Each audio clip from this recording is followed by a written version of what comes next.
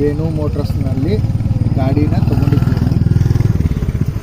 ಇದು battery charger ಗಾಡಿ ತೊಗೊಂಡಿದ್ದೀನಿ.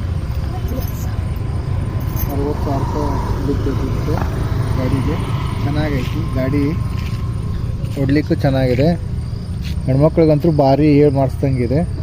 ಆಮೇಲೆ ಇದರಲ್ಲಿ ಬ್ಲೂಟೂತ್ ಕನೆಕ್ಟ್ ಇದೆ, ಹಾಡು ಕೇಳ್ಬೋದು. ಆಮೇಲೆ ಕಿಲೋಮೀಟ್ರನ್ನು 1, 2 ಅಂತ ಇಟ್ಟಾರ ಬಟನ್ನು. ಅದರಲ್ಲಿ ಆ ಬಟನ್ಗಳು ಇದನ್ನು ಮಾಡ್ಬೋದು. 1ನೇ ಗೇರು, 2ನೇ ಗೇರು, 3ನೇ ಗೇರು ಅಂತ.